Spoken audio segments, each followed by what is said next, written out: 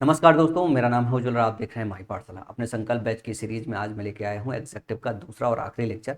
आज के लेक्चर में हम कुछ स्पेशल पढ़ने वाले हैं और इस लेक्चर को शुरू से लेकर आखिरी तक जरूर देखिएगा, क्योंकि 2020 से लेकर 2024 तक total 60 question spot the error के सेक्शन में एग्जेक्टिव के चैप्टर से पूछे गए हैं, जिसमें से 30 ऐसे क्वालिटी क्वेश्चन हैं जो आज की क्लास में मैं पिक कर रहा हूँ, जो मैं आज आपको पढ़ाने वाला हूँ। उसमें कहीं ना कहीं आप थोड़ा सा कंफ्यूज हो सकते हो।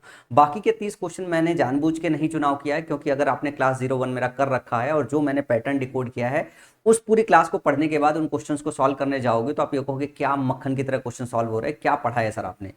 अब बात यह है कि कुछ 30 क्वेश्चन ऐसे थे जिसमें मुझे लगा कहीं ना कहीं आप कंफ्यूज हो सकते हो, तो उन क्वेश्चन को मुझे लगा कि उस पर एक क्लास मुझे प्रिपेयर कर देनी चाहिए। तो आज की पूरी क्लास वो डाउटफुल जो क्वेश्चंस होते हैं ना उनको लेके मैं आया हूँ। तो सबसे पहले मैं अपने संकल्प बैच की चर्चा वापस से करना चाहूँगा। संकल्प बैच 12 जून से स्टार्ट, 31 जुलाई को ये क्लोज होगा जो है। और बैच की टाइमिंग 3 बजे है। ये रिकॉर्डेड वीडियो के फॉर्मेट में आती है। आज का क्लास मेरा लाइव लेने का कर रहा था, क्योंकि प्रैक्टिस क्लास थी, तो मुझे लगा कि यार अच्छा ठीक है, रिकॉर्डेड चल रहे तो रिकॉर्डेड चलने दे। और इसके पीडीएफ की अपलोड की टाइमिंग है 3:15। अगर वीडियो कभी डिलीट होती है तो जैसे वीडियो अपलोड होती है उसके 15 मिनट बाद जो है टेलीग्राम चैनल पे माई पाठशाला के आपके पीडीएफ अपलोड हो जाती है। जो हमारे क्लास के तरक्की की बात करें, प्रोग्रेस की बात करें कि हम कहाँ तक पहुंच गए हैं। नाउन हमने पूरा निपटा दिया 2004 से 24 तक, प्रोनाउन भी 2004 से 24 तक, पैटर्न पूरा प्रॉपर अच्छे से डिकोड किया है, इसके बाहर कोई पैटर्न आएगा ही नहीं।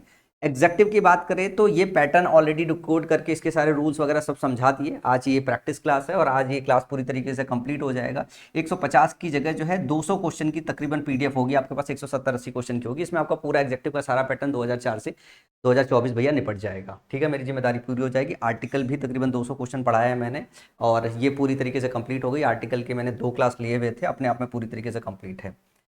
अब इसके बाद बात करें, प्रीपोजिशन के 2 लेक्चर रह गए हैं जो अभी मैं लूंगा। ये इंपॉर्टेंट है। एक लेक्चर ऑलरेडी ले लिया है, पैराजम्बल के 2 लेक्चर पढ़ा दिया, उससे सारे पैराजम्बल के क्वेश्चन सॉल्व हो जाएंगे। एक्टिव पैसिव वॉइस पूरी तरीके से कंप्लीट हो चुका हुआ है। तो मैं अगर आपको बोलूं जो है वन वर्ड सब्स्टिट्यूशन में 200 हार्डेस्ट वन वर्ड सब्स्टिट्यूशन भी मैंने पढ़ा दिया। तो लगभग लगभग 40% सिलेबस मैंने कंप्लीट कर दिया है इस बैच का। अगर ध्यान से देखोगे तो 40% सिलेबस मैंने कंप्लीट कर दिया है, 60% सिलेबस बचा हुआ है। और 12 तारीख से अगर आज देखोगे तो आज 27 तारीख है, मतलब 15 दिन के अंदर मैंने 40% सिलेबस कंप्लीट कर दिया है। मतलब मैं एकदम कमिटेड हूँ इस सीरीज को लेकर, तो आप सब लोगों को भी कमिटेड रहना चाहिए। अब अगर आप सब लोगों को, जिन जो नए बच्चे जिनको ना पता हो, मैं उनको बता दूं, मेरे 2 बैच हैं जो मैंने स्टार्ट किया है। एक बैच है उज्ज्वल 135, एक है उज्ज्वल निर्माण। उज्ज्वल निर्माण बैच वो है जो बच्चे बिल्कुल बेसिक से, बिल्कुल शुरू से, बिल्कुल जीरो से पढ़ना चाहते हैं। ये जो बैच है वो 1 जुलाई से स्टार्ट होने वाली है। इसकी जो फीस है इस टाइम पे 899 रुपीज़ होगी। 899 रुपये दे के मुझे पढ़ाई कर सकते हो। एक बार बैच स्टार्ट हो जाएगी तो इसकी फीस 1299 रहने वाली है। इस पर आप मुझे मैसेज करके आप कोई अगर इंक्वायरी करना चाहते हो तो आप कर सकते हो। डायरेक्टली आप मेरे से ही बातचीत कर सकते हो, मैसेज के थ्रू, कॉल के थ्रू नहीं। और इसके अलावा मैंने मेंस के लिए स्पेशली बैच अभी इसलिए अनाउंस कर दिया क्योंकि मेंस में मैं आपसे फीस ज़्यादा चार्ज नहीं करना चाहता हूँ। तो 30 जून तक आप मेरे उज्ज्वल 135 बैच में इनरोल कर लीजिए और इसकी जो फीस है वो मात्र 200 रुपये है अभी के लिए। और 30 जून के बाद जो है ये 499 हो जाएगी एग्जाम तक। और जब एग्जाम खत्म हो जाएगा तो इसकी फीस जो है गुरु दक्षिणा 1499 रखने वाला हूँ, क्योंकि मुझे पता है मैं आपके मेंस में 135 में से 130 के ऊपर स्कोर करा ले जाऊंगा। खूब मेहनत करके आपको पढ़ाने वाला हूँ। और मेरी अगर संकल्प बैच की सीरीज फॉलो कर रहे होगे तो आपको समझ में आ रहा होगा कि हाँ, मैं कैसा पढ़ा रहा हूँ, क्या क्वालिटी क्वेश्चंस दे रहा हूँ। ठीक है, अगर संकल्प बैच की सीरीज से रिलेटेड किसी भी तरीके का डाउट हो, किसी तरीके का परेशानी हो, नीचे कमेंट सेक्शन में जरूर मेंशन कीजिएगा। अब अगर मैं बात करूँ, इस बैच को इनरोल करने के लिए आप ऐप पे सीधे इनरोल नहीं कर सकते हैं। इसके लिए जो है आपको, इसके लिए इसके लिए आपको, आई थिंक पेज कट गया है, इसके लिए लिंक होगा। लिंक जो है डिस्क्रिप्शन बॉक्स में होगा या कमेंट में पिन मिलता है, वहां से जाके आपको पेमेंट करना। पेमेंट करने के बाद उसकी स्क्रीनशॉट मेरे इस नंबर पर मुझे मैसेज करना है। फिर हमने एक ग्रुप बना रखा है, उस ग्रुप में मैं आपको जोड़ दूंगा बाकी सारे बच्चों के साथ। और निर्वाण बैच में ले रहे हो तो निर्वाण बैच में बच्चों के साथ मैं आपको जोड़ दूंगा, ताकि मैं आपके साथ डायरेक्ट जो है बिल्कुल टच में रहूं। और अगर आपको कोई डाउट हो या किसी तरीके की परेशानी हो बैच से रिलेटेड, तो आप सीधे मुझे मैसेज कर सकें, मेरी टीम को नहीं। चलिए आज की क्लास में चलते हैं। आज की क्लास का पहला क्वेश्चन देखते हैं। और आज की क्लास में पहले क्वेश्चन की बात करें तो देखो, क्वेश्चन नंबर 123 है। 177 के आसपास क्वेश्चन है, जिसमें से मैंने जो क्वेश्चन पिक किया है वो 123 है आपको पढ़ाने के लिए। अब ये 123 क्यों पिक किया है? क्योंकि इसमें कुछ सिखाने जैसा भी था। जैसे क्वेश्चन पढ़ोगे आप, the compensation that the government agreed to provide to the dependents of the train accident is fairly less. क्या है? Is fairly less. जब इस पूरे क्वेश्चन को आप पढ़ोगे तो आपको ऐसा कहेगा कि compensation that the government agreed to provide to the dependents of the train accident, जो कंपनसेशन है, जो गवर्नमेंट एग्री हुआ है पे करने के लिए, जो ट्रेन के एक्सीडेंट वाले बंदे थे उनके जो डिपेंडेंट है, वो बहुत कम है। ऐसा क्या बताना चाह रहे हो? बहुत कम है, बहुत कम है। और जब ये सेंटेंस सही से पढ़ोगे तो जब यहाँ पे लिया है फेयरली लेस, मतलब काफ़ी कम है, तो आपको समझ में आएगा कि ठीक है यार, मतलब सेंटेंस में कोई एरर नहीं है, रिदम में कोई वो नहीं पड़ेगा। बट आप एक बार समझना कि जब लेस का इस्तेमाल करते हो तो लेस यूजुअली जो है कंपरे कंपरेटिव फॉर्म में आता है, मतलब कंपैरिजन करने के लिए आता है। जब तक आप कंपैरिजन नहीं कर रहे होते हो तब तक हम लेस का इस्तेमाल नहीं करते हैं, ठीक है ना। जैसे हम लेस देन इस्तेमाल करते हैं, less than, more than, less than इस्तेमाल करते हैं। तो जैसे I have less money than you, तो मैं यहाँ पे कंपैरिजन कर रहा हूँ कि मेरे पास तो कम मनी है तुमसे। We need less sugar in the tea, तो हमारे पास कम शुगर है, मतलब मुझे कम शुगर चाहिए इन द टी में। सी made less effort this time, उसने कम एफर्ट मांगा, तो हम कहीं ना कहीं कंपैरिजन कर रहे हैं। The rent is less than 5,000, जो रेंट है वो 5,000 से कम है। तो यूजुअली क्या होता है कि कंपैरेटिव एक्सप्रेशन होता है लेस देन, लेस इंपॉर्टेंट, इस तरीके से हम लेस का इस्तेमाल करते हैं। अगर हमको कंपैरेटिव नहीं कंपैरिजन करना है, अगर हमको कंपैरेटिव फॉर्म में नहीं बताना है, तो हम लेस का इस्तेमाल नहीं करते हैं। हमें एक्चुअली बताना था कि जो कंपनसेशन पे हो रहा है वो कम है, कम के लिए हम लो शब्द का भी इस्तेमाल करते हैं। तो इसकी जगह आपको इस्तेमाल करना था फेयरली लो, फेयरली लो। अभी लो आएगा कि नहीं आएगा, लो होना चाहिए या नहीं होना चाहिए, एग्जाम में तैयारी के दौरान हिंदी भाषी बच्चों को स्पेशली तो नहीं पता चलेगा। लेकिन जब आप एग्जेक्टिव का चैप्टर पढ़ते हो, उसमें अगर आप इस बात को खाली पढ़ के जाओ कि जो लेस का इस्तेमाल है, लेस का इस्तेमाल हम कंपैरेटिव पर्पज से करते हैं, और यहाँ पे किसी तरीके का कंपैरिजन नहीं है। यहाँ पे हम सिंपल इस बात को बताने की कोशिश कर रहे हैं कि जो कंपनसेशन मिल रहा है, जो भुगतान मिल रहा है, जो है, ठीक है ना, वो जो है वो बहुत कम है। यहाँ पे कंपैरिजन नहीं हो रहा है, हम ये बताने की कोशिश कर रहे हैं बहुत कम है, तो हम लेस का इस्तेमाल यहाँ पे नहीं करेंगे। तो फेयरली लेस गलत है, फेयरली लो होना चाहिए। तो इसका जो करेक्ट ऑप्शन होगा, ऑप्शन नंबर डी होगा इस क्वेश्चन का। लेस का इस्तेमाल हम कंपैरिजन के पर्पज से करते हैं, और यहाँ पे कंपैरिजन नहीं हो रहा है, इस वजह से हम फेयरली लो लिखेंगे, ना कि लेस लिखेंगे। लो का मतलब कम है, लेस का मतलब भी कम होता है, ठीक है। अगला है Raghu did not get the job because he did not have experience enough for the post. 124, ये क्वेश्चन ऐसा कुछ नहीं है जो मैंने पिछली क्लास में पढ़ाया था और आज की जो क्लास है उसमें कुछ नया सीखने लायक है। ये है एक रिवीजन, क्योंकि अक्सर करके ऐसा होता है इनफ को लेके आपके एग्जाम में क्वेश्चन पूछा जाता है। आपको अगर मेरा पहला क्लास याद है तो मैंने आपको बताया था कि इनफ का इस्तेमाल करते हैं नाउन के पहले, इनफ का इस्तेमाल करते हैं नाउन के पहले और एग्जेक्टिव के बाद, एग्जेक्टिव की बात करते हैं। बस सेंटेंस के अंदर जब भी इनफ आए, आपको यही पहचानना होता है कि इनफ के बाद आपने नाउन लिया है या एग्जेक्टिव के बाद आपने इनफ लिया है। अब सेंटेंस को ध्यान से पढ़ो। Raghu did not get the job because he did not have experience enough. तो जो एक्सपीरियंस है ये आपका क्या है? ये है नाउन, ठीक है ना, ये है नाउन। और बात हो रही इनफ, पर्याप्त एक्सपीरियंस है। जो इनफ शब्द आया है वो किसके लिए आया है? पर्याप्त एक्सपीरियंस के सेंस में आया है। तो ये जो इनफ है ना, ये इनफ इसके पहले आना चाहिए। हम क्या लिखते हैं? Enough experience, enough experience. Tall enough लिखते हैं। टॉल हमारा क्या होता है? टॉल हमारा एग्जेक्टिव है, तो हम इसके साथ क्या लिखते हैं? टॉल इनफ लिखते हैं। तो जब भी आपका एग्जेक्टिव आएगा उसके बाद हम इनफ लेंगे, जब भी आपका नाउन आएगा उसके पहले हम इनफ लेंगे। समझ में आया? तो इस क्वेश्चन में यही गलती थी। ये 2024 स्टेनोग्राफर का जो है क्वेश्चन है। और ऐसा एक क्वेश्चन और था जो सीट में आपको मिलेगा, मैंने अपने इस जगह से डिलीट मार दी, क्योंकि सिमिलर क्वेश्चन पढ़ाने का कोई मतलब नहीं बनता। 4 बार एक ही जो मैं बात बताऊं आपको कि जो इनफ का इस्तेमाल करते हैं नाउन के पहले और एग्जेक्टिव के बाद में। और ऑलरेडी इसके पहले वाली क्लास में 2-3 क्वेश्चन इस पर मैं करा चुका हूँ। आज भी एक क्वेश्चन रिविजन के लिए मैंने करा दिया है, और इसके बाद मैं उम्मीद करता हूँ आपको हमेशा याद रहेगा। अगले क्वेश्चन की बात करूं, अगर अगले क्वेश्चन की बात करूं, he miss the college bus because he woke up unpardonably lately in the morning। 127वां क्वेश्चन बड़ा ही अच्छा क्वेश्चन है, क्योंकि इसमें कई जगह आपको हो सकता है कि आपको बड़ा अजीब सा लगे, अटपटा सा लगे। ये है, एक शब्द होता है लेट, जरा ध्यान से देखना। लेट का मतलब होता है देर से, लेट का मतलब होता है देर से। एक शब्द होता है लेटेस्ट, लेटेस्ट का मतलब क्या होता है? लेटेस्ट का मतलब होता है रिसेंटली, रिसेंटली। एक और शब्द होता है जो यहाँ पे इस्तेमाल किया हुआ, लेटली, लेटली। लेटली का मतलब भी क्या होता है? Recently, recently. तो चाहे लेटेस्ट लिखो चाहे लेटली लिखो, दोनों का मतलब होता है रिसेंटली। लेट का मतलब होता है देर से। तो ही मिस द कॉलेज बस, आपको यहाँ से समझ में आ रहा होगा कि उसने कॉलेज बस मिस कर दिया है, बिकॉज, क्योंकि ही वोक अप, वो उठा, अनपार्डोनेबली। पार्डन का मतलब है माफी करना, अनपार्डोनेबली का मतलब होता है कि माफी ना करने योग्य, ठीक है। अब ये देखो, अगर हम बात करें तो अनपार्डोनेबली जो इस्तेमाल है ये वोकअप के लिए इस्तेमाल है, ठीक है। ये वर्ब है, इसके लिए यहाँ पे क्या है? एडवर्ब का इस्तेमाल। जब हम बात करें लेटली, लेटली का मतलब हो गया रिसेंटली, तो यहाँ पे हम मीनिंग क्या करने में करना चाहते हैं, यहाँ पे मीनिंग करने में करना चाहते हैं कि वो देर से उठा, इस वजह से उसकी बस मिस हो गई। तो देर से उठने के लिए लेट शब्द का इस्तेमाल करते हैं, लेटली का इस्तेमाल नहीं करते। तो he miss the college bus because he woke up unpardonably late in the morning. तो लेटली की जगह क्या इस्तेमाल करना होगा आपको, लेट, तब जाके क्वेश्चन सही होगा। और अगर मैं बताऊं कि यहाँ पे कौन सा ऑप्शन टिक करना था, तो ऑप्शन टिक आपको टिक करना था कि इस ऑप्शन में एरर है।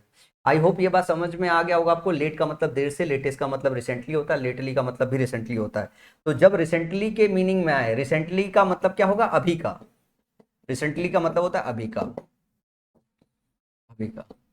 हम कहते हैं ना लेटेस्ट न्यूज, क्या कहते हैं, latest news, latest news. Latest news का मतलब होता है अभी अभी जो नया नया न्यूज आया वो न्यूज की बात कर रहे हैं। तो न्यूज से पहले हम लेटेस्ट शब्द का इस्तेमाल करते हैं। अगले क्वेश्चन की तरफ चले। Mister Surya have no interior motive in offering you support. ये एसएससी सीजीएल 2024 प्री का क्वेश्चन है कि मिस्टर सूर्या के बाद कोई जो है दूसरा मोटिव नहीं है इन ऑफरिंग यू सपोर्ट, जो वो सपोर्ट आपको ऑफर कर रहे हैं उस सपोर्ट के बदले उनके उनका कोई दूसरा मोटिव नहीं है। ये मीनिंग कन्वे करना है। इसमें दो एरर है, एक है आपका एग्जेक्टिव का एरर और दूसरा एरर है जो आपका सब्जेक्ट वर्ब एग्रीमेंट वाला एरर होता है, सब्जेक्ट के साथ वर्ब जो है सिंक में आना चाहिए। तो अगर मिस्टर सूर्या की बात करें तो ये एक तो सिंगुलर है, और ये अगर सिंगुलर है तो एग्जेक्टिव का चैप्टर पढ़ रहे हो तो इसका मतलब नहीं है कि ये भी ध्यान देना भूल जाओ। ये हैव नहीं होना चाहिए, क्या होना चाहिए, हैज होना चाहिए। तो नो इंटीरियर मोटिव, इंटीरियर का मतलब होता है अंदर का। जब हम एक्सटीरियर की बात करते हैं तो बाहर के आवरण की बात करते हैं, इंटीरियर की बात करते हैं तो हम अंदर के आवरण की बात करते हैं। यहाँ पे एक शब्द आता है अल्टरियर, अल्टरियर। ये अल्टरियर शब्द का यहाँ पे इस्तेमाल करना है, इसका मतलब होता है दूसरा, इसका मतलब होता है दूसरा। तो यहाँ ये कह जा रहा है क्वेश्चन में कि भाई सपोर्ट के बदले उनका कोई दूसरा मोटिव नहीं, तो दूसरे के सेंस में इस्तेमाल करना था। तो जो करेक्ट एडजेक्टिव होगा वो होगा अल्टरियर, ना कि जो है इंटीरियर मोटिव होगा। उनके अंदर की मोटिव की बात नहीं कर रहे, उनके दूसरे मोटिव की बात करते हैं। तो दो एरर है, एक तो यहाँ पे हैव की जगह हैज होना चाहिए, दूसरा जो है इंटीरियर की जगह अल्टरियर होना चाहिए। और इन दोनों में से कोई एरर अगर आप पिक कर पाते तो आप जो है क्वेश्चन को आसानी से सॉल्व कर लेते, क्योंकि ये हैव में भी गड़बड़ है और इंटीरियर में भी गड़बड़ है। इसको कन्वर्ट करना था आपको हैज में और इसको कन्वर्ट करना था अल्टरियर में, अल्टरियर में। तो जब अब आईओआर आता है तो आपको तुरंत वाला रूल भी याद हो जाना चाहिए कि आईओआर के साथ हम टू का इस्तेमाल करते हैं, इसके साथ हम देन का इस्तेमाल नहीं करते हैं। और इसी समय जब ये बात याद आए तभी जुबान पे आपके होना चाहिए प्रिफर और प्रिफरेबल के साथ, रेबल के साथ भी हम टू का इस्तेमाल करते हैं, देन का इस्तेमाल नहीं करते हैं। लेकिन इसके साथ रादर देन का इस्तेमाल कर लेते हैं, रादर देन का इस्तेमाल इसके साथ हम कर लेते हैं, देन का इस्तेमाल हम नहीं करते। ये सब चीज़ें ऐसी है जो आपके जुबान पे एकदम 24 घंटा चलते रहना चाहिए। अगर आप मतलब आपका रिवीजन इतना होना चाहिए चैप्टर का कि ये सब बातें आपको हमेशा याद होनी चाहिए। अगर ये सब बातें आपको हमेशा याद नहीं है मतलब आपकी तैयारी में कहीं ना कहीं कमी रह गई है। अगले सवाल की तरफ चलते हैं। अगला सवाल है camels tend to move slowly than other domestic animal in the plains. Camels tend to move slowly. तो जब हम मूव स्लोली बोलते हैं तो आपको समझ में आता है, स्लोली का मतलब होता है धीरे, स्लोली का मतलब होता है धीमे। तो जब हम बोलते हैं मूव तो हमको समझ में आता है कि भैया मूव हम क्या कर रहे हैं कि कैमल्स टेंड, कैमल टेंड करते हैं टू मूव स्लोली। तो मूव क्या है, वर्ब है और इसके लिए एडवर्ब चाहिए, तो स्लोली हो गया, समझ में आया। लेकिन जरा ध्यान से देखो, इसके बाद देन लगा हुआ है। जब किसी के बाद अगर देन लगा हो, चाहे वो आपका एग्जेक्टिव हो चाहे वो आपका एडवर्ब हो, तो आप हमेशा ध्यान दीजिए इसका मतलब यह है कि कंपैरिजन किया जा रहा है, कंपैरेटिव पर्पस से, ग्रेटर लेस देन की बात हो रही है। तो स्लोली की जगह यहाँ पे क्या होना चाहिए, स्लोअर होना चाहिए। अब आपको समझ में आएगा कि हाँ ठीक है, कंपैरेटिव डिग्री अगर स्लोअर इस्तेमाल करोगे तो ज्यादा बेटर होगा। तो camels tend to move slower than other domestic animals in the plains. अब सेंटेंस जाके सही हो जाएगा। तो आपको इस देन का हमेशा ध्यान देना रहता है। जब भी एग्जाम में क्वेश्चन आते हैं तो आपको ध्यान देना होता है क्या, दो बातों का ध्यान देना होता है। एक ध्यान देना होता है देन का, एक ध्यान देना होता है द का। द अपने आप में इंडिकेट करता है कि इसके साथ सुपरलेटिव डिग्री इस्तेमाल करोगे, और देन अपने आप में इंडिकेट करता है इसके साथ कंपैरेटिव डिग्री का इस्तेमाल करोगे। समझ में आया। इन बातों का ध्यान आपको सेंटेंस को पढ़ते वक्त हमेशा देना रहता है, और ये आप एग्जेक्टिव में जब बहुत सारी प्रैक्टिस करते हो उसी वक्त सीख पाते हो। ऐसा नहीं कि बैठे बैठे वहां जाके एग्जाम में एक बार मास्टर ने बता दिया और एग्जाम में जाके सब कुछ आ जाएगा, रिकॉल हो जाएगा, नंगी आंखों से सब दिख जाएगा। नहीं दिखता है, नहीं दिखता है भाई, प्रैक्टिस करनी पड़ती है, बहुत ज्यादा प्रैक्टिस करनी पड़ती है। तो मैं उम्मीद करता हूँ इस दिन को देखना सीख जाओगे आप प्रैक्टिस के माध्यम से। अगला क्वेश्चन है question number 136। The lions become violently when the visitors started throwing stones at them. आपको याद है मैंने कल की क्लास में एक रूल पढ़ाया हुआ था कि जब वर्ब ऑफ सेंसेशन हो, वर्ब ऑफ सेंसेशन जिसमें वो सारे के सारे वर्ब जो हम ये बताते हैं कि कोई चीज हमारे सेंसेस के अंदर कैसे जाती है, चाहे देख के, चाहे सूंघ के, चाहे टच करके, चाहे सुन के, ये सारे वर्ब जो इन चीजों से रिलेटेड होते हैं वर्ब ऑफ सेंसेशन आते हैं। और दूसरी कैटेगरी बताई थी वर्ब इन जनरल, जिसमें मैंने सबसे पहले लिखा था बी और बिकम। बी और बिकम, बी का मतलब क्या था, इज, आर, एम, वॉज, वर। और उसके बाद मैंने क्या बताया था कि ये सारे वर्ब ऐसे हैं जो लिंकिंग वर्ब की कैटेगरी में आते हैं। लिंकिंग वर्ब की कैटेगरी में आने का मतलब है कि इसके बाद हमेशा नाउन, प्रोनाउन या फिर हम एडजेक्टिव रखते हैं, एडवर्ब कभी भी नहीं रखते हैं। तो जरा ध्यान से देखो, बीकम क्या है, बीकम आपका लिंकिंग वर्ब है। इसके बाद जो आएगा या तो नाउन आएगा, या तो प्रोनाउन आएगा, या तो एडजेक्टिव आएगा, एडवर्ब नहीं आएगा। ये क्या है, ये एडवर्ब है। क्यों, वायलेंट जो होता है ये आपका क्या होता है, ये होता है आपका एग्जेक्टिव। और जब एग्जेक्टिव में एल वाई जोड़ते हो तो क्या बन जाता है, एडवर्ब। तो बिकम अपने बाद वायलेंटली नहीं लेगा, क्या लेगा, वायलेंट लेगा। The Lions become violent when the visitors started throwing stones at them. जो शेर है वो क्या हो गया, वो वायलेंट हो गया, वो उग्र हो गया। जैसे ही विजिटर्स ने उनके ऊपर जो है स्टोन थ्रो करना चालू किया, वैसे ही शेर क्या हो गया, वायलेंट हो गया। तो ये जो ऑप्शन नंबर बी है, ये वाला ऑप्शन आपको पिक करना था कि इसमें एरर है। ये क्या है, ये रिवीजन ही तो है। पहली क्लास में ऐसा कुछ है जो मैंने कवर नहीं कराया, सब कुछ कवर करा दिया है। जितना पैटर्न मैंने पहली क्लास में डिकोड किया है वही पैटर्न पे सारे के सारे क्वेश्चन आए, कुछ भी नया नहीं आया है। और मैं आपसे ये कहना चाहता हूं कि अगर कोई बच्चा ये वीडियो डायरेक्ट देख रहा है तो सबसे पहले क्लास 01 देखे, फिर ये वाली क्लास देखे।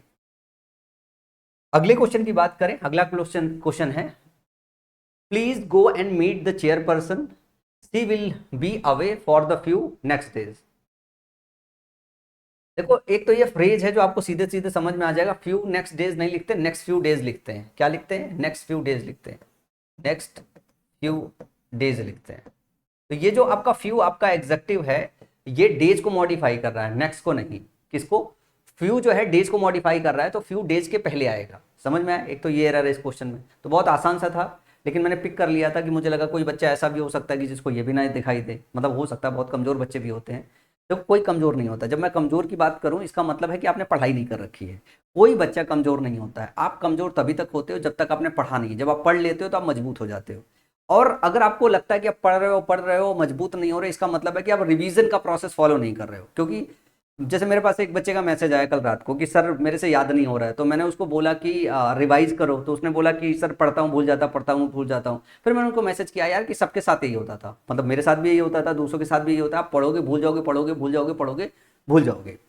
समझ में आएगा, ये हमेशा ऐसा होगा कि पढ़ोगे भूल जाओगे, पढ़ोगे भूल जाओगे, पढ़ो। जैसे कई सारे वर्ब ऐसे हैं जिनके तीनों फॉर्म सेम रहते हैं, तीनों फॉर्म सेम रहते हैं। अभी हम ही टीचर जो है आपको क्लास कराते रहते हैं, हम ही भूल जाते हैं कौन सा ऐसा वर्ब थे जिसके तीनों फॉर्म सेम थे। एक बार तो ऐसा आया कि जैसे बाइट बिट बिटेन होता है, मुझे ऐसा लगा कि भाई वो बिट जो होता है तीनों फॉर्म जो है बिट बिट बिट ही होता है। ठीक है ना, मतलब ये होता है, भूल जाता है आदमी को यार। मतलब शिक्षक भी ऐसा क्या है कि अगर वो अपनी जो क्लासेस है रिवाइज नहीं करेंगे या वो चीज़ें रिवाइज नहीं करेंगे तो इतना सारा डेटा वो भूल जाते हैं। तो आपको ये बात समझना है कि आपको रिवाइज तो करना है, जब तक रिवाइज नहीं करोगे बात बनेगी नहीं। समझ में आया। तो ये जो है 137 है, ये मैंने कवर ऐसा किया था कि किसी बच्चे को बाय द वे इस फ्रेज को अगर वो मिस कर जाए कि जो आपका फ्यू है वो डेज से पहले आएगा, क्योंकि कुछ दिन की बात करते हैं तो जो कुछ है वो दिन से पहले ही आना चाहिए।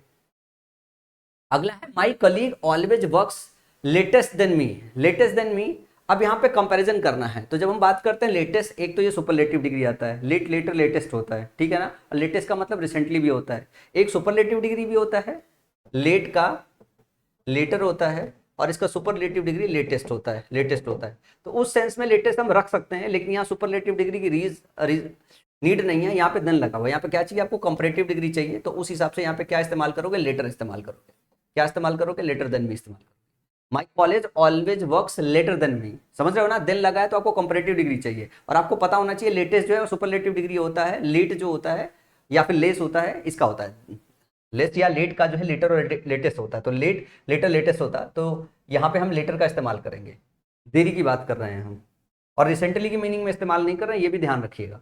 Ramesh licked honey and said that it tested sweetly, it tested sweetly. तो जो टेस्ट होता है ये वर्ब ऑफ सेंसेशन होता है। जो टेस्ट होता है ये क्या होता है, वर्ब ऑफ सेंसेशन है, वर्ब ऑफ सेंसेशन है। और ये क्या होता है, ये लिंकिंग वर्ब होता है, ये लिंकिंग वर्ब होता है। और ये लिंकिंग वर्ब होता है तो अपने बात क्या लेता है, एडजेक्टिव लेता है, ना कि एडवर्ब लेता है, ना कि एडवर्ब लेता है। क्या लगा हुआ है टेस्ट के बाद, जरा ध्यान से देखो। जो स्वीट होता है आपका, जो स्वीट होता है ये होता है आपका एग्जेक्टिव, और ये जो स्वीटली है ये है आपका एडवर्ब। तो क्या चाहिए यहाँ पे चाहिए स्वीट, ना कि स्वीटली। समझ गए? ये वाला पैटर्न आपको अच्छे से समझाया मैंने, अच्छे से समझाया। जो हमारा एक पैटर्न था, जो हमारा आई थिंक कि 8वां या 9वां पैटर्न था, उस 8वें 9वें पैटर्न में मैंने आपको बताया था कि हम एग्जेक्टिव, एडवर्ब और नाउन को लेके बहुत कंफ्यूज होते हैं। उसमें सबसे पहला रूल तो यही बताया था कि कुछ ऐसे वर्ब्स हैं जो लिंकिंग वर्ब की तरह काम आते हैं, जैसे is are am, was were, become, और वर्ब ऑफ सेंसेशन जितने हो गए, टर्न, ग्रेड, ग्रो, ये सारे के सारे जो शब्द हैं ये सब कैसे हैं, ये सब ऐसे हैं जो लिंकिंग वर्ब की कैटेगरी में आते हैं, और इनके बाद हम एग्जेक्टिव का इस्तेमाल करते हैं, एडवर्ब का इस्तेमाल नहीं करते। इन पे बेस्ड एग्जाम में क्वेश्चन पूछा जाता है।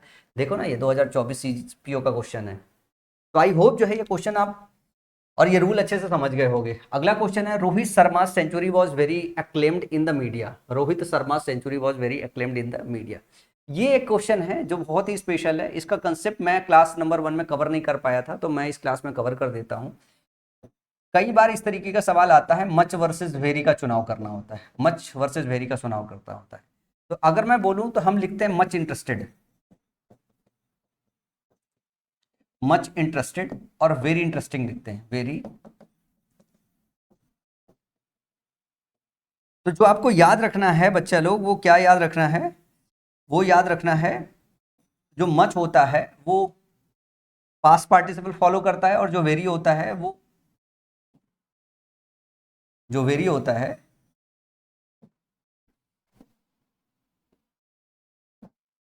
जो मच होता है वो पास्ट पार्टिसिपल फॉलो करता है, पास्ट पार्टिसिपल फॉलो करता है, या सिंपल लैंग्वेज में V3 फॉर्म फॉलो करता है।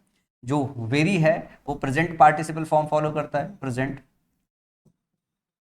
पार्टिसिपल फॉर्म फॉलो करता है, या यूं कर दो वर्ब की आईएनजी फॉर्म फॉलो करता है। समझ में आया? अगर ये बात मैंने पहली क्लास में कवर कर रखी होती तो ये इस क्वेश्चन को लेने की जरूरत नहीं पड़ती। यहाँ पे ध्यान से देखो, वेरी के बाद आपने क्या लिया है, वर्ब की थर्ड फॉर्म लिया है, जो कि गलत है। अगर V3 दिया हुआ है तो वेरी नहीं लेंगे, हम क्या लेंगे, मच लेंगे। अब सेंटेंस सही हो जाएगा। समझ में आई बात? तो ये बात याद रहेगी आज के बाद कि हम जो इस्तेमाल करते हैं, मच के साथ V3 फॉर्म इस्तेमाल करते हैं, वेरी के साथ वर्ब की आईएनजी फॉर्म इस्तेमाल करते हैं। मैं उम्मीद करता हूँ इसके बाद आपको हमेशा याद रहेगा। अगला क्वेश्चन है, neem taste a little bitterly but it is very useful. फिर से हम बात कर रहे हैं टेस्ट की, और टेस्ट की बात करें तो हमने कहा ए लिटिल, और फिर उसके बाद बात कर रहे हैं बिटरली। तो बिटर होगा या बिटरली? बिटर जो होता है इसका मतलब होता है कड़वा, बिटर है एग्जेक्टिव, बिटरली है एडवर्ब। तो जो ये टेस्ट है, ये टेस्ट अपने बाद कौन सा एग्जेक्टिव लेगा, ये टेस्ट अपने बाद लेगा बिटर, ना कि बिटरली लेगा, एडवर्ब नहीं लेगा। तो यहाँ पे क्या होना चाहिए, बिटर। ये सही एग्जेक्टिव होगा यहाँ पे। तो सही ऑप्शन क्या हो जाएगा, ऑप्शन नंबर ए हो जाएगा। अगले क्वेश्चन की बात करें, अगला क्वेश्चन है, Henry is known as an excellent writer and good communicator in English. 146वां क्वेश्चन ऐसा था जो मुझे लगता है कि थोड़ी मेच्योरिटी के बाद इस तरीके का क्वेश्चन हम सही कर पाते हैं। लेकिन मैं उम्मीद करता हूं कि मैं कुछ सिखा पाऊं। एमटीएस में सवाल आया हुआ है और इस सवाल को बहुत सारे लोग गलत कर सकते हैं। मतलब ये क्वेश्चन दिया ही जाता है, इवन तो एमटीएस के एग्जाम में अच्छा क्वेश्चन दे दिया जाता है। जैसे लिखा है, हेनरी इज नोन, हेनरी जाना जाता है, as an excellent writer, excellent writer की तरह, and good communicator in English. देखो, जो राइटर और कम्युनिकेटर है वो कौन है, वो हेनरी ही है। एक बंदा है, वो राइटर भी है, वो कम्युनिकेटर भी है, वो राइटर भी है, वो कम्युनिकेटर भी है। अब बात ये हो रही है कि जब आप एंड से किसी चीज को जोड़ते हो, जब एंड से किसी चीज को जोड़ते हो तो सिमिलर स्ट्रक्चर चाहिए होता है। ये कंजंक्शन का रूल होता है, कंजंक्शन का रूल होता है कि जो एंड होता है वो अपने साथ पैरेलल स्ट्रक्चर लेता है, पैरेलल स्ट्रक्चर लेता है। तो मान लो आपने एक नाउन इधर लिया और एक नाउन इधर लिया, ठीक है, ठीक है। इसके बाद आपने इसके साथ एक एग्जेक्टिव लिया, ठीक है ना, इसके साथ भी आपने एग्जेक्टिव लिया, तो एंड के साथ जो है ये पैरेलल स्ट्रक्चर जोड़ने का काम ठीक हुआ है। लेकिन क्या होता है कि अगर कोई एक एग्जेक्टिव, जैसे मैं कह देता हूं कि ये वाला जो एग्जेक्टिव है, ये अगर इसको और यही इसको अगर मॉडिफाई कर पाए या सेम सेंस दे पाए, तो हम सिर्फ एग्जेक्टिव का एक बार इस्तेमाल करते हैं और हम नाउन 1 को और नाउन 2 को सीधे सीधे जोड़ देते हैं, नाउन 1 को नाउन 2 को सीधे सीधे जोड़ देते हैं। ये वाला जो एरर है इसमें रखा गया है। जैसे क्वेश्चन है, Henry is known as an excellent writer and good communicator. तो अगर मैं ऐसे देखूं इस रूल के हिसाब से, तो इस रूल के हिसाब से तो बिल्कुल सही है, ये एंड है। यहां पे आप ध्यान से देखो, ये हो गया नाउन, ये हो गया एक्सेलेंट आपका एग्जेक्टिव, तो ये हो गया नाउन और उसका एग्जेक्टिव 1, और इसी तरीके से ये हो गया नाउन 2 और इसका एग्जेक्टिव 2। तो अपने आप में ये सही है।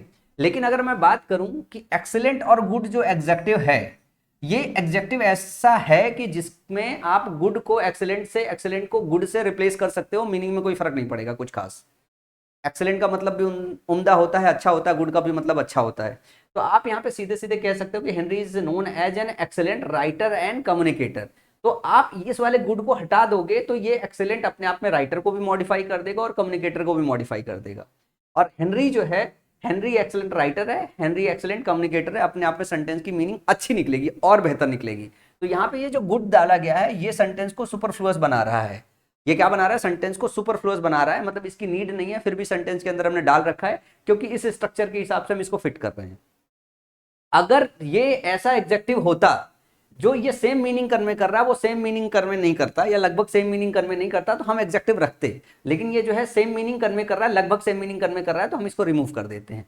तो सेंटेंस सही क्या हो जाएगा? Henry is known as an excellent writer and communicator in the English. तो ये वाला जो गुड है ये आपको रिमूव करने की जरूरत है। सो ऑप्शन कौन सा है जिसमें टिक करोगे? ऑप्शन नंबर डी में आपको टिक करने की जरूरत है। इस गुड को आपको रिमूव करने की जरूरत है। इसको क्या करने की जरूरत है? रिमूव करने की जरूरत है, क्योंकि ये क्या बना रहा है? सेंटेंस को सुपरफ्लुअस बना रहा है। क्या बना रहा है? सेंटेंस को सुपरफ्लुअस बना रहा है। अगले क्वेश्चन की तरफ चले। अगला क्वेश्चन है ही सैंग ब्यूटीफुली। ही सैंग ब्यूटीफुली, तो उसने गाया, ब्यूटीफुली गाया। अब सैंग में कंफ्यूज मत हो जाना, ये ऐसा लिंकिंग वर्ब तो नहीं है, सैंग लिंकिंग वर्ब नहीं होता, ठीक है ना। ही सैंग ब्यूटीफुली, और ब्यूटीफुली क्या है? ब्यूटीफुल आपका एडजेक्टिव हो गया, ब्यूटीफुली एडवर्ब हो गया। तो वर्ब सैंग को मॉडिफाई कर रहा है, वर्ब को मॉडिफाई करने वाला शब्द एडवर्ब कहलाता है। तो ये वाली जो चीज है यहाँ पे सही है, यहाँ पे अपने आप में सही है। बट द जजेज वर, लेकिन जजेज वर अनइम्प्रेस एट द एंड, लेकिन जज जो थे वो अनइम्प्रेस रह गए एट द एंड में। तो जब हम बात कर रहे हैं जज वर अनइम्प्रेस, जज वर अनइम्प्रेस, तो इम्प्रेस होना वर्ब है, ठीक है ना। किसी को इम्प्रेस करना, इम्प्रेस होना, ये वर्ब हो गया। अनइम्प्रेस करना वो हो रहा है, इसका जस्ट अपोजिट हो गया। लेकिन ध्यान से देखो कि हम ये बता रहे जज वर, वर के बाद आप ध्यान से देखो यहाँ वर्ब या तो आईएनजी फॉर्म में आनी चाहिए, ध्यान से देखना। वर्ब के बाद ये तो आईएनजी फॉर्म में आना चाहिए, या तो वर्ब की थर्ड फॉर्म में आना चाहिए, या फिर वो क्या होना चाहिए, वो यहाँ पे वर्ब, अगर वर्ब रखे हो तो दूसरा V3 फॉर्म होना चाहिए, पार्टिसिपल फॉर्म में, पार्टिसिपल फॉर्म में होना चाहिए, या आईएनजी फॉर्म में हो सकता है, या आईएनजी फॉर्म में हो सकता है, या फिर किसी और फॉर्म में हो सकता है जिसमें आप सफिक्स वर्ब में जोड़ दो। कुल मिला के ये वाली जो सेक्शन है वो एडजेक्टिव की तरह काम करे। समझ में आया? और ये वाला जो होगा यहाँ पे वर्ब जो है हेल्पिंग वर्ब काम करेगा, तो इसके साथ वर्ब की आईएनजी होगा, एक्टिव वॉइस होगा, वर्ब के साथ V3 आएगा, तो ये पैसिव वॉइस होगा। और ये वर्ब क्या काम करेगा इन दोनों केसेस में? इन दोनों केसेस में ये हेल्पिंग वर्ब की तरह काम करेगा, हेल्पिंग वर्ब की तरह काम करेगा। लेकिन अगर यहाँ पे ये केस नहीं बनता है तो ये क्या काम करता है इन केसेस के लिए? इस केस के लिए जब हम पार्टिसिपल या आईएनजी या वर्ब में कोई सा सफिक्स लगा के उसका एडजेक्टिव फॉर्म बनाते हैं, तो ये वर्ब इस टाइम पे क्या कर रहा होता है? ये काम कर रहा होता है लिंकिंग वर्ब की तरह। लिंकिंग वर्ब की तरह जब हम बोलते हैं ना verb be is are am was verb होता है, उसके बाद अगर हम लगाते हैं तो नाउन लगाएंगे, या तो प्रोनाउन लगाएंगे, या तो फिर हम एडजेक्टिव लगाएंगे। तो यहाँ पे कह रहा है कि जो जज है ना वो आखिरी में इंप्रेस नहीं हुए, आखिरी में अनइम्प्रेस हुए। तो यहाँ पे अनइम्प्रेस नहीं लिखना पड़ेगा, अनइम्प्रेस्ड लिखना पड़ेगा। यहाँ पे आपको पास्ट पार्टिसिपल इस्तेमाल करना पड़ेगा। द जजेस वर अनइम्प्रेस्ड, क्या लिखना पड़ेगा यहाँ पे? अनइम्प्रेस्ड। एडजेक्टिव चाहिए unimpressed at the end, at the end. और ये क्या काम करेगा? ये यहाँ पे जो है पास्ट पार्टिसिपल की तरह काम करेगा। पास्ट पार्टिसिपल, पास्ट पार्टिसिपल की बात करें तो ये क्या होता है? ये एग्जेक्टिव होती है। ये क्या होती है? ये एग्जेक्टिव होती है। समझ में आया? समझ में आया? हमने बोला ना, जैसे हम बोलते हैं ही इज वाइज, वो बुद्धिमान है। तो ये क्या है? एग्जेक्टिव है। ये क्या है? एग्जेक्टिव है। इसी तरीके से ही इज अनइम्प्रेस्ड लिखोगे, क्या लिखोगे? ही इज अनइम्प्रेस्ड, वो अनइम्प्रेस हुआ, ही इज अन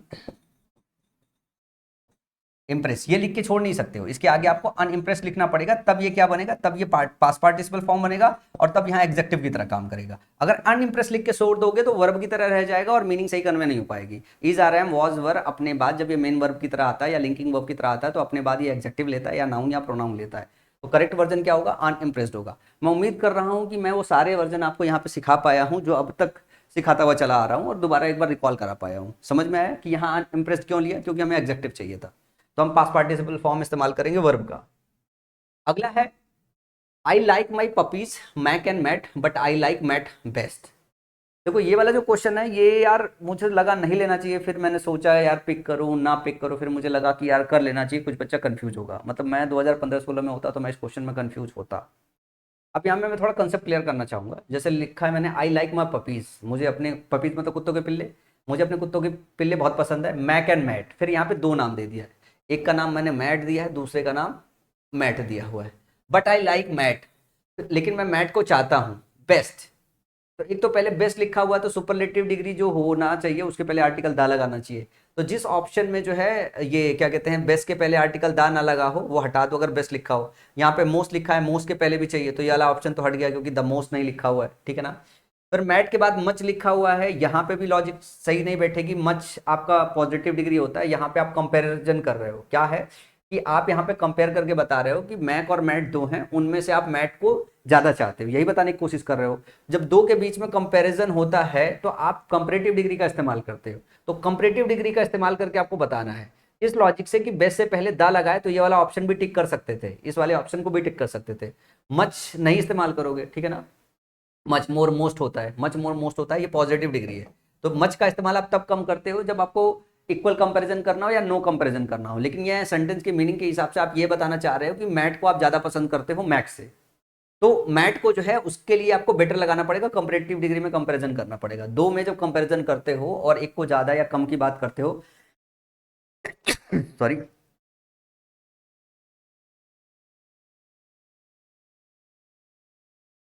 हाँ मैं क्या कह रहा था कि जब दो के कंपैरिजन की बात करते हैं तो दो में ज़्यादा और कम के कंपैरिजन की बात करते हैं तो हम कंपैरेटिव डिग्री का इस्तेमाल करते हैं। तो यहाँ पे जो सही ऑप्शन होगा वो होगा better. I hope concept clear हो गया होगा। Much of the art he discuss is funny, playing as mischievous. देखो 150वां क्वेश्चन भी बहुत अच्छा है, समझने लायक है। क्या कह रहा है कि much of the art he discuss is funny, playing and mischievous. तो मच, और कब मच का इस्तेमाल किया जाता है, कब मेनी का इस्तेमाल किया जाता है, आपको ये पता होना चाहिए। मच का इस्तेमाल करते हो जो है आप जब चीज़ों को अनकाउंटेबल अवस्था में बताना हो, और मेनी का इस्तेमाल करते हो जब काउंटेबल अवस्था में बताना हो।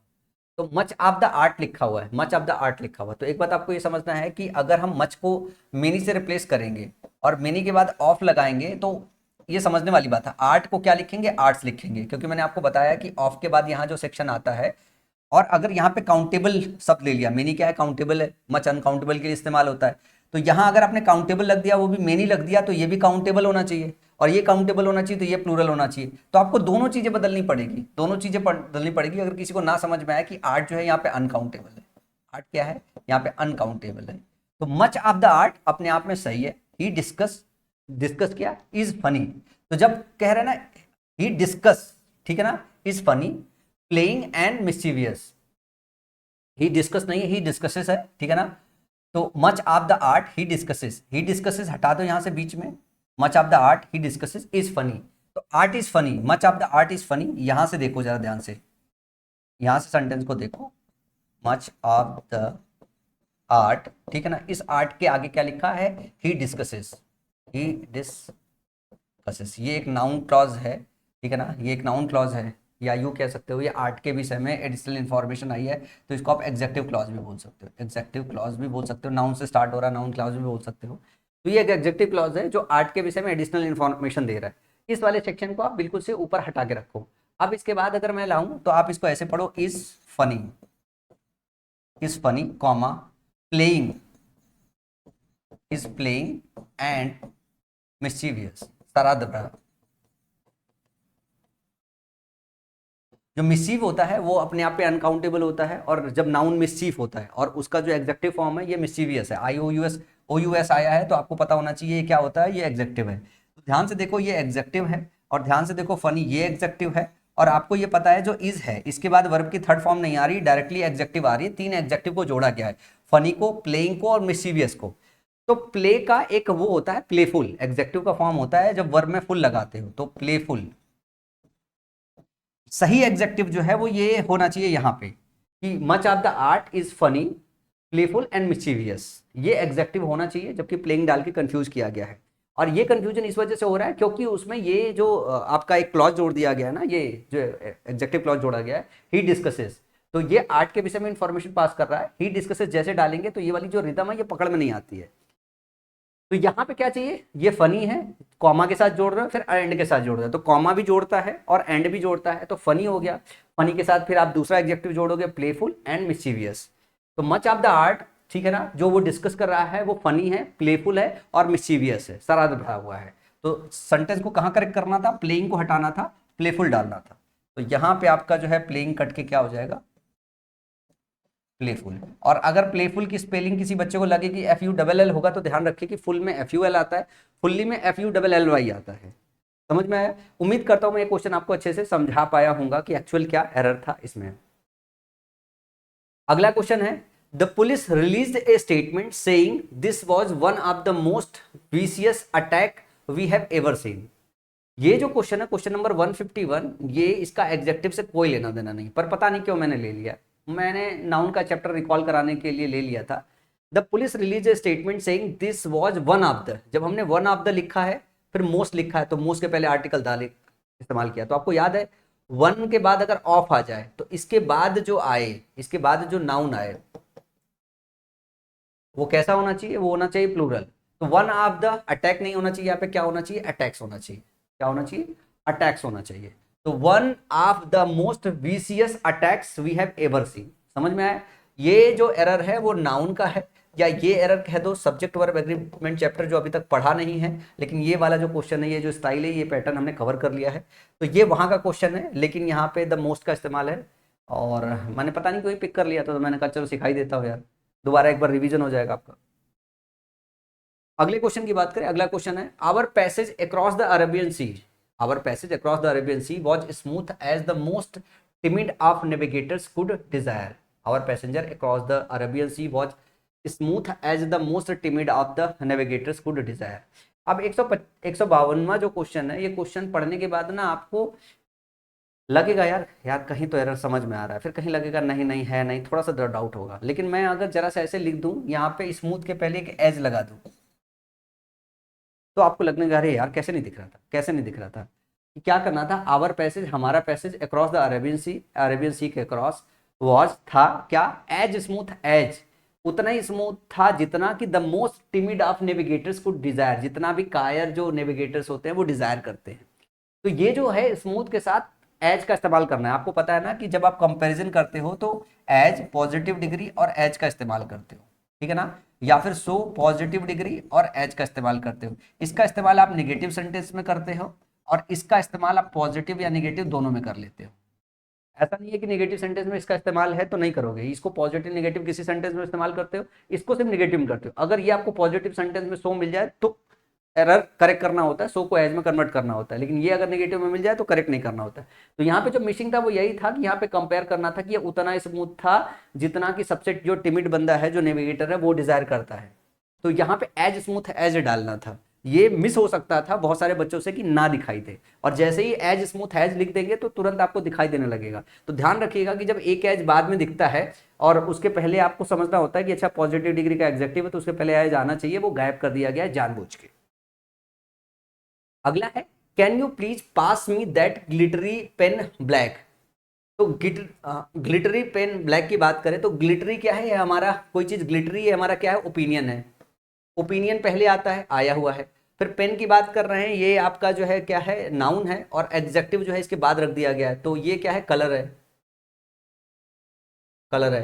तो ओपिनियन पहले आता है, कलर बाद में आता है, उसके बाद नाउन आता है। तो हम क्या लिख सकते हैं इसको, glittery black pen, black pen. मैंने आपको बताया था जब भी आपके एग्जाम में आता है 2 या 3 मैक्सिमम एग्जेक्टिव आता है नाउन के साथ, जिसका सीक्वेंस बताना होता है। ओ सॉस कॉम, ये मैंने बताया था, ओ सास कॉम, याद नहीं है, ओ ये सास हमारी कंप्यूटर वाला कॉम है, ओ सास मुझे कंप्यूटर दे दो, ये मैंने याद करवाया था आपको। तो ये आपको याद रखना है, ये ओरिजिन हो गया, ठीक है ना, साइज और शेप होता है, और यहाँ पे सी से कलर होता है। ओरिजिन जो ओपिनियन होता है वो हमेशा जो है क्या कहते हैं कि उससे कलर से पहले आता है। तो ग्लिटरी हमारा ओपिनियन है, कोई चीज ग्लिटरी है ये हमारा ओपिनियन ही तो है। समझ में आया? तो 155 में क्या गलत था, जो सीक्वेंस है वो गलत था, इसको सही करना था, इसको ऑप्शन नंबर बी को सही करना था। फिर इसके बाद अगले क्वेश्चन की बात करें, अगला है, before he could devote many more thought to the matter Pranav had stepped up to him. जैसे हमने लिखा है many more thought, many more thought, ध्यान से देखिएगा। आपको याद है नाउन का चैप्टर है, नाउन के चैप्टर में मैंने आपको बताया था थॉट का थॉट्स होता है, थॉट का थॉट्स होता है, थॉट का थॉट्स होता है।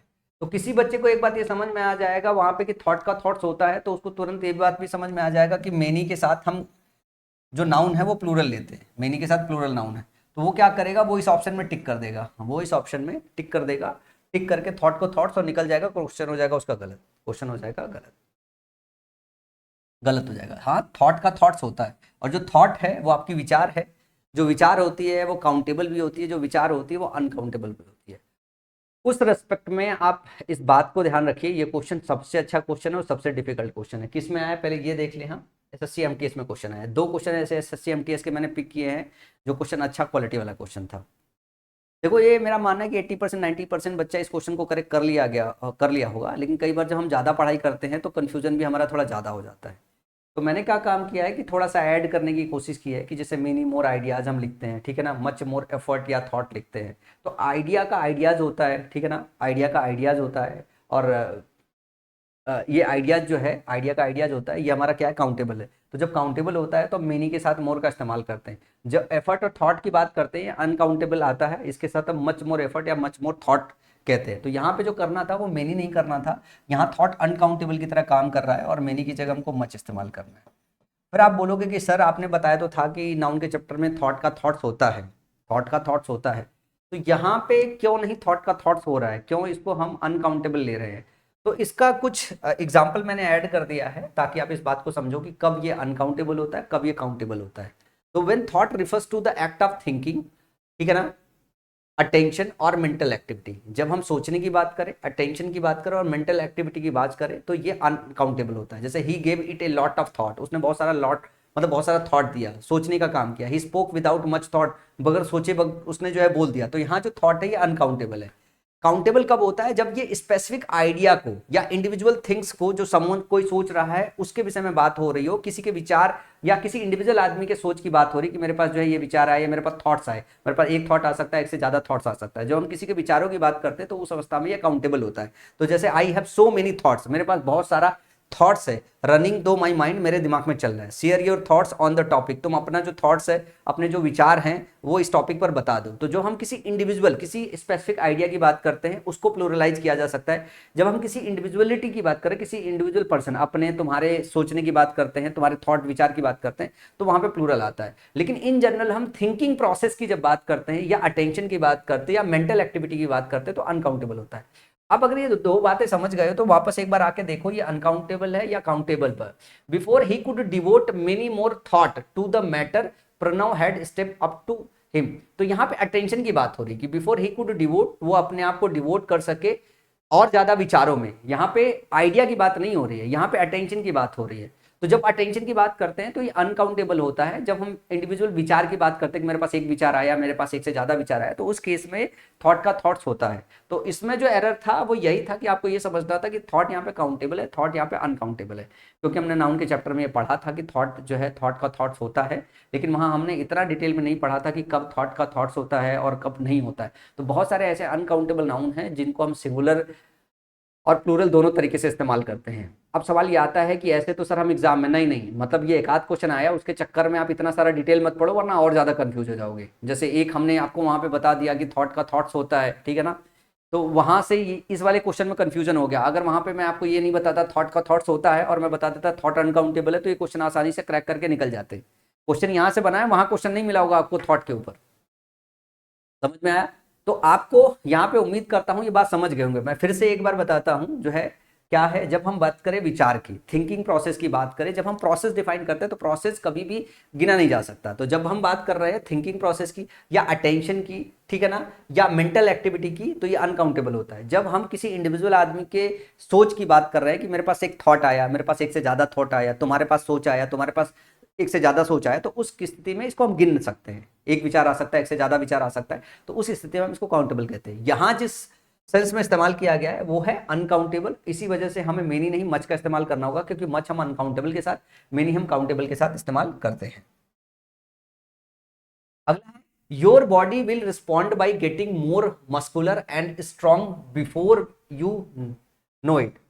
Your body will respond by, तुम्हारी जो बॉडी है वो रिस्पॉन्ड करेगी गेटिंग मोर मस्कुलर एंड। तो जब हम आप एंड से जोड़ते हो किसी दो बात को, तो एंड कंजंक्शन की खास बात क्या होती है, अपने इस साइड और अपने इस साइड दोनों साइड सेम स्ट्रक्चर लेता है। यहाँ पे लिखा है मोर मस्कुलर, यहाँ पे क्या है कंपैरेटिव डिग्री, और यहाँ पे स्ट्रांग है पॉजिटिव डिग्री। तो क्या सही है? नहीं, यहाँ पे स्ट्रांग की जगह क्या होना चाहिए?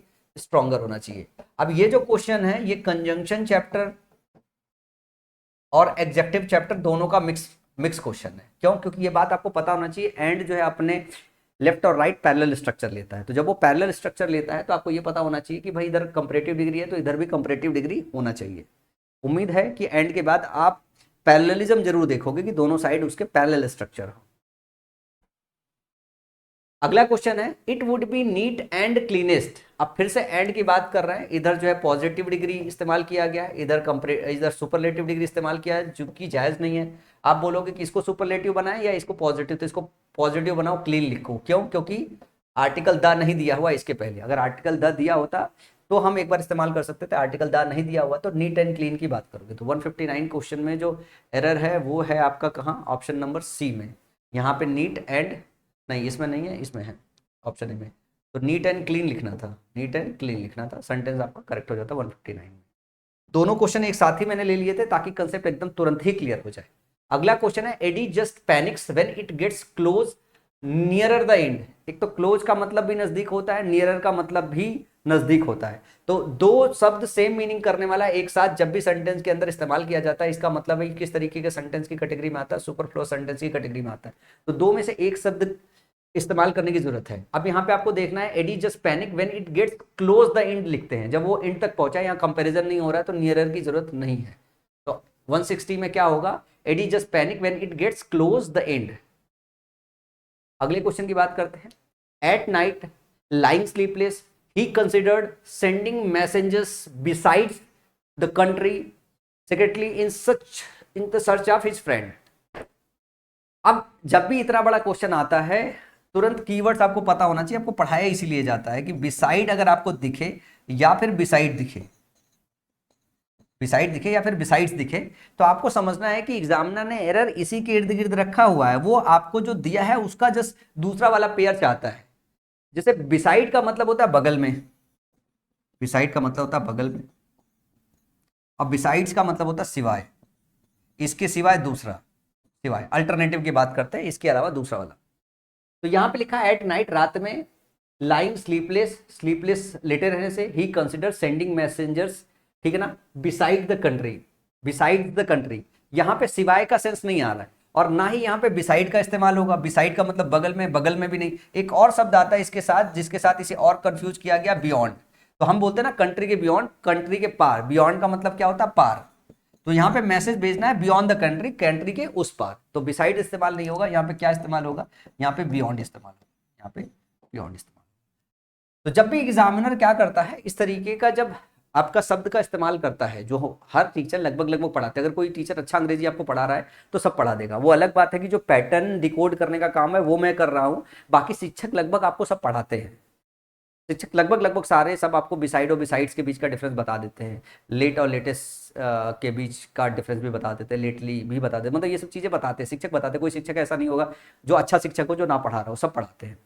लेकिन आपको एग्जामिनर का जो वो है ना मूड है, वो पकड़ना पड़ेगा कि भाई ये शब्द का इस्तेमाल किया गया, इसका मतलब है कि एग्जामिनर यहीं आपसे एरर चेक कराना चाह रहा है कि आपको ये एरर पता है कि नहीं पता है। लोग बोलते हैं ना कि उनको नंगी आंखों से दिखाई नहीं दे रहा है। क्यों? क्योंकि आप पैटर्न डिकोड नहीं करते। जब पैटर्न डिकोड करने लगोगे तो सेंटेंस यू देखोगे, आपको पता चल जाएगा, शब्द देख के अरे यार एग्जामिनर ने ये वाली जगह पे यार खोदा है। सही क्या होगा भले ना पता हो, लेकिन गलत क्या है या गलत कहाँ है वो आपको पता चल जाएगा। तो यही होता है कि अगर आप सही से किसी अच्छे बंदे के साथ कोर्स कवर करोगे ना, तो आपको सारा का सारा पैटर्न वो डिकोड करके रख देगा, वो सब कुछ आपको बता देगा एग्जाम में क्या क्या पूछा जाता है। अगला क्वेश्चन है leaders are self direct but learning and understanding are the keys to self direction. Leaders are के बाद जब भी आप ले रहे हो ना तो इज आर एम, ये लिंकिंग वर्ब की तरह काम करता है। और इसके बाद जब भी जैसे आता है सेल्फ डायरेक्ट लिखे हो ना, तो डायरेक्ट नहीं लिखना चाहिए, यहाँ पे सेल्फ डायरेक्टेड लिखना पड़ेगा, सेल्फ डायरेक्टेड। तो ये क्या हो जाएगा? ये पार्टिसिपल फ्रेज हो जाएगा। डायरेक्ट की जगह आपको क्या चाहिए? डायरेक्टेड चाहिए।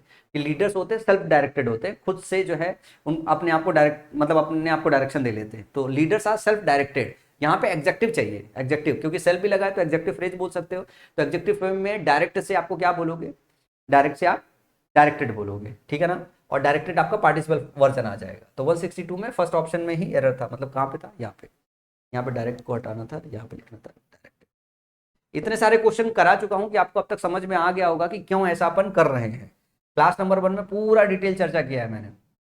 For example the parent mountain of mount black the high peak in the Alps is the most, sorry, is the mount Everest है।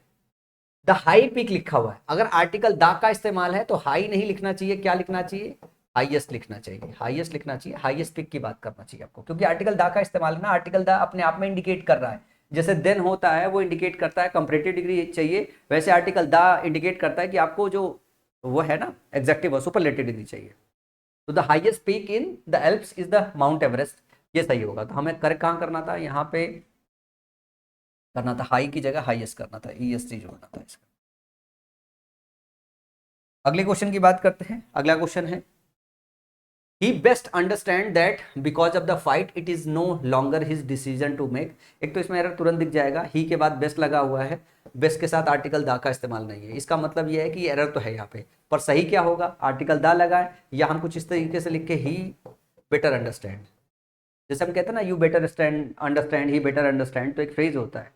इसमें क्या है कि आप पुराने सिचुएशन से अभी की अपनी अंडरस्टैंडिंग को कंपेयर कर रहे होते हो और इसमें देन लगाने की नीड नहीं पड़ती है, तो यहाँ पे देन की जरूरत नहीं है, यहाँ पे बेस्ट की जगह क्या लेना पड़ेगा, बेटर लेना पड़ेगा। He better understand that because of the fight it is no longer his decision to make. समझ में आया।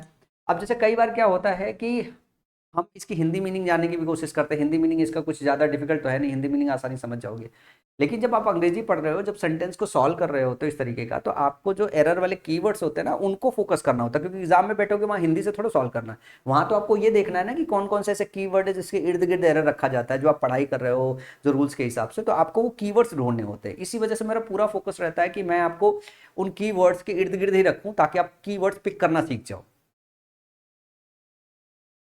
अगला है I am going to get start on from homework said the professor angrily. अब देखो I am going to get started होता है, क्या होता है, I am going to get started, यहाँ चाहिए क्या यार, टू गेट स्टार्टेड चाहिए,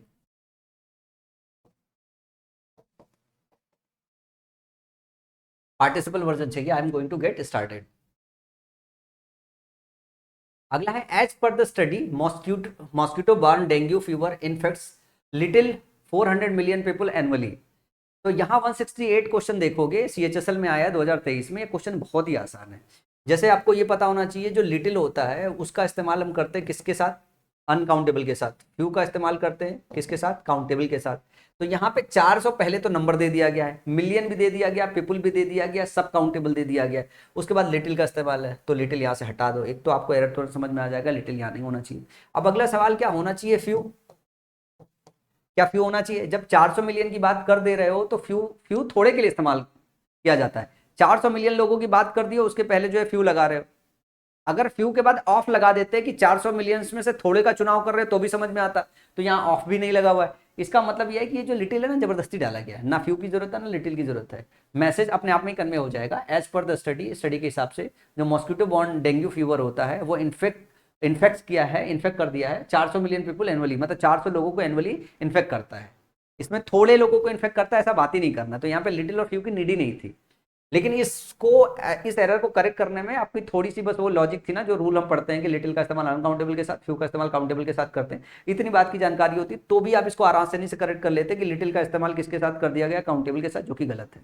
तो कौन से ऑप्शन को करेक्ट करना था, इस ऑप्शन को करेक्ट करना था, ये वाले ऑप्शन को, तो यहाँ से लिटिल हटाना था, इसको एरेज करना था, तो ऑप्शन जो सी होता वो आपका करेक्ट हो जाता, आपको लिटिल हटाना था। अगले क्वेश्चन की बात करें, अगला क्वेश्चन है ए की इंस्टीट्यूशन इज द जुडिशरी, ठीक है ना, specially the supreme court with A widely remit and A wise legacy. तो एक तो बात आपको ये समझना पड़ेगा, सेंटेंस ध्यान से पढ़ना, एक की institution is the judiciary, judiciary जो है वो की इंस्टीट्यूशन है, specially the supreme court, supreme court की बात हो रही, कि स्पेशली किसकी बात हो रही, सुप्रीम कोर्ट की, with A widely remit and A wise legacy. तो ध्यान से देखो इस बात को कि जब हम बोलते हैं with a wide remit and A wise legacy, तो ध्यान से देखना ये एंड है, एंड के बाद का स्ट्रक्चर देखना है, ये नाउन है, ये एग्जेक्टिव है, ये आर्टिकल है, यहाँ पे ये नाउन है, ये एडवर्ब है, ये आर्टिकल है, तो जस्टिस है नहीं ना। अगर आपने एंड से दोनों साइड को जोड़ा है तो आपने नाउन एग्जेक्टिव आर्टिकल लिया है, नाउन एग्जेक्टिव और आर्टिकल होना चाहिए। वाइड जो होता है ये क्या है, वाइड मतलब चौड़ा होता है, और वाइड एडजेक्टिव की तरह भी काम होता है, काम करता है। तो यहाँ पे जो हमको इस्तेमाल करना था, ए वाइड रेमिट इस्तेमाल करना था। वाइड रेमिट का मतलब होता है आपके काम करने का दायरा, वाइड रेमिट है मतलब काम के दायरा आपका बड़ा है। वाइज लिगेसी का मतलब है जैसे गांधी जी हमारे लिए बहुत जो है वैसे वाइज लिगेसी छोड़ गए, मतलब बुद्धिमत्ता वाली कोई चीज छोड़ के गए हैं। तो यहाँ पे सुप्रीम कोर्ट की बात हो रही है, सुप्रीम कोर्ट जो है वो उसका जो कार्य क्षेत्र है वो ज्यादा है। वाइड रिमिट होने का मतलब कार्य क्षेत्र ज्यादा होना, वाइड रिमिट का मतलब होता है कार्य क्षेत्र ज्यादा होना। वाइड रिमिट का मतलब होता है वाइड वाइड रिमिट का मतलब होता है कार्य क्षेत्र ज्यादा होना। समझ में आया? और यहाँ पे वाइडली नहीं चाहिए, वाइडली एडवर्ब है आपका, ये जो है ये है एडवर्ब, तो इसको हटाना पड़ेगा, रिप्लेस करना पड़ेगा वाइड से, तब सेंटेंस करेक्ट हो जाएगा। समझ में आया? अगला है open your books at page 10th। Open your books at page 10th। ध्यान रखना जब हम 10th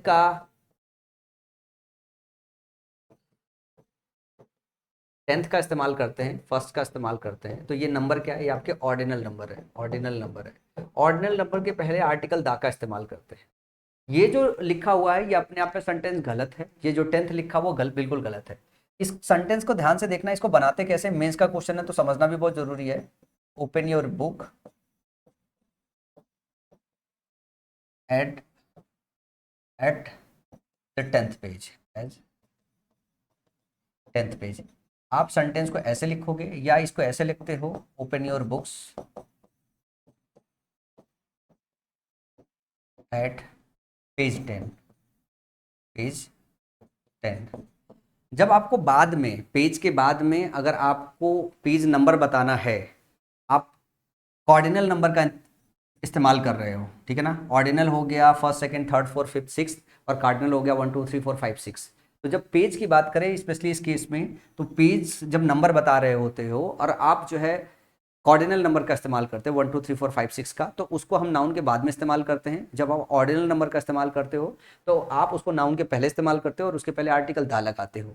या तो इस स्ट्रक्चर से सेंटेंस को लिखोगे या तो इस स्ट्रक्चर से लिखोगे। अब ये वाला जो है ये दोनों स्ट्रक्चर से नहीं लिखा हुआ है, तो बेटर है कि इसको 10th को हटा के क्या करो, पेज 10 कर दो, अपने आप में सही हो जाएगा। या 10th को इधर ला दो, अपने आप में सही हो जाएगा। तो पेज जो 10th लिखा हुआ है ये गलत है, इस ऑप्शन को टिक करना था। मैं उम्मीद कर रहा हूँ इस बात को समझ गए होगा, मैं एक बार दोबारा से रिपीट कर देता हूँ।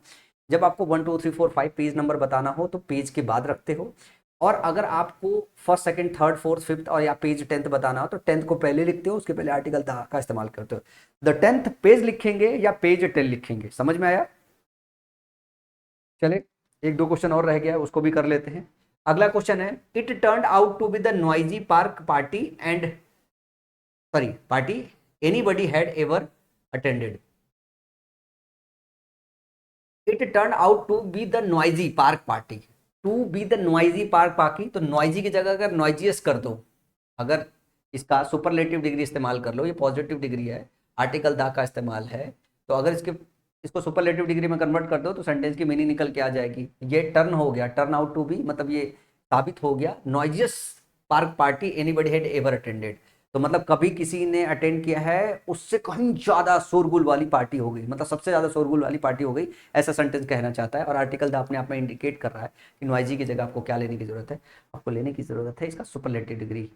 तो सही क्या हो जाएगा, नॉइजी की जगह नॉइजियस्ट हो जाएगा। अगला क्वेश्चन है, I have watched a lot of students excel in online courses taking fully advantage of the convenience, ठीक है ना। तो फुल्ली एडवांटेज लिखा हुआ है, तो आपको नहीं लग रहा है कि टेकिंग फुल एडवांटेज होना चाहिए ना कि फुल्ली एडवांटेज होना चाहिए? फुल्ली जबरदस्ती का इस्तेमाल किया गया है, तो यहाँ पे I have watched a lot of student excel in online courses taking full advantage, taking full advantage होगा ना कि फुल्ली एडवांटेज। एडवांटेज से पहले फुल्ली एडवांटेज नहीं लगाते, फुल एडवांटेज लगाते, ठीक है ना। The girl lay down on the bed besides her mother and wanted to sleep.